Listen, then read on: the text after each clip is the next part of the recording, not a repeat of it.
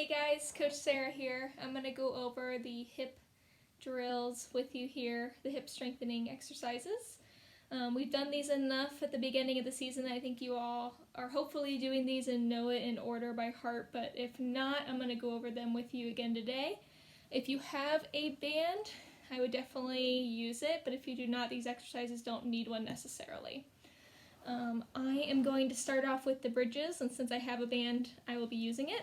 Again, if you don't have one, it's not necessary. To start, the band is going to go on your legs and above your knees, above the kneecap. For the first one, it's bridges. So I'm going to lay on my back, band above my knee, and I'm going to spread my legs apart, enough that there is tension with the band. Arms at my side. You're going to raise your body up, squeezing the butt and bringing it back down at a nice, slow pace. About 15 to 20 of these exercises would be good. Enough that you can feel the stress on the muscle with the exercise that you're doing. Next is going to be clamshells. With keeping the band in the same position, you're going to roll onto a side. Again, if you don't have a band, that's okay. You can still feel the stress of the muscle as you're doing this. Scoot back a little bit.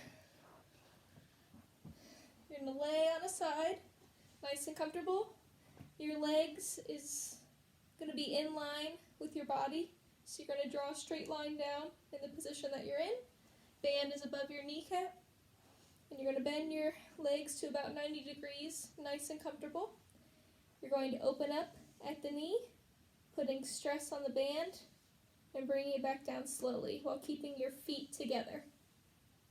You should feel this pull on your muscle on the back here.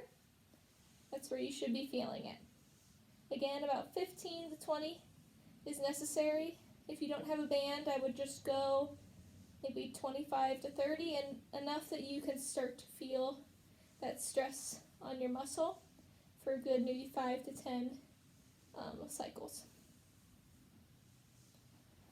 So that's clamshell.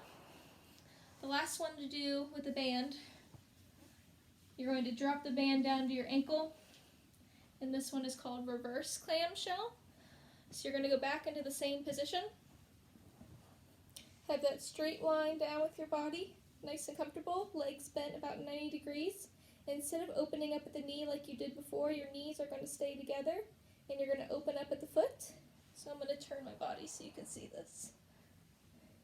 Open up at the foot and come back down. You should be feeling this in the same position that you were feeling it with regular clamshells. And if you want to make it harder, you can point your toe down. That kind of gets a different area of the hip and the glute muscle. So those first three exercises, bridges, clamshells, and reverse clamshells, would be the ones that you would use a band for if you have one, but if you don't, it is okay, it's not necessary. The rest of these exercises are going to be in the same position on your hands and knees. So I'm going to do the first one here called fire hydrants. A favorite among most of the distance boys, if I remember. You're going to go knees apart, hands apart, head up, and this will be the same position for the rest of these exercises. So this first one is fire hydrants. You're just going to raise your head up, hip up, and bring it back in. Again, about 15 to 20 each side would be good. You do not want to dip your hips with this or move your body to make the positions. It should all just be one motion that you're activating in the hips and the legs. So you're going to go 15 to 20 on both sides, and then when you're done with that one, you're going to be moving into inward circles. Same position, head up, and you're going to be doing circles inward towards your body. Just imagine yourself drawing a circle with your kneecap, and you're drawing it in towards your body. You're doing that about 15 to 20 times. Try not to dip your hips like I just did. you're just going to be drawing a circle. Once you've done inward, switch and go the other leg, and then when you've completed that, you'll be doing outward circles.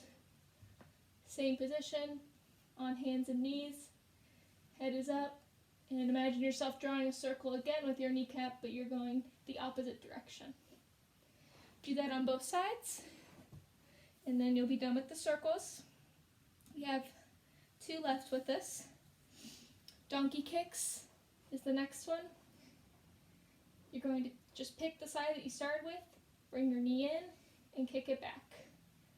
I would point your toe with this and try and get your toe to your head. Do not go and kick back too forcefully. You don't want to pull something. But you want to kick back enough that you can feel the pull on your hip flexor, the deep muscle that runs in your body. That's what you are stressing when you are kicking back your leg. So you'll do that to both sides. And the last one, position yourself, hands and knees. You're going to bring your leg back and try and get yourself in a straight line. And you're pointing your toe and you're going side to side with your body. Do not move at your butt. You want to only move at your leg. So keep everything still. Activate your core and glutes and just move your leg side to side. Again, about 15 to 20 times. It's good. One great thing to do at the end of all these hip exercises would be to either go outside or find somewhere in your house, free space, that you can do your leg swings. So you can either go find a wall or go outside a fence, part of your garage, just something solid to put your hands up against a tree or a light pole. Go find something. You'll face the object that you're putting your hands on first. So if it's a wall, you're facing against it and you're going to swing your legs in front of you, side to side. So you can do the right side first in front of you and then the left side. And then when you're done with the leg swings in front of you, you will turn to one side and place one hand on that object and do leg swings in front of you with each leg, and then you'll flip to the other side and do the same thing. Just to kind of shake out the legs with the exercises you just did. And that is the end of the hip strengthening workout that I have for you guys. Thanks!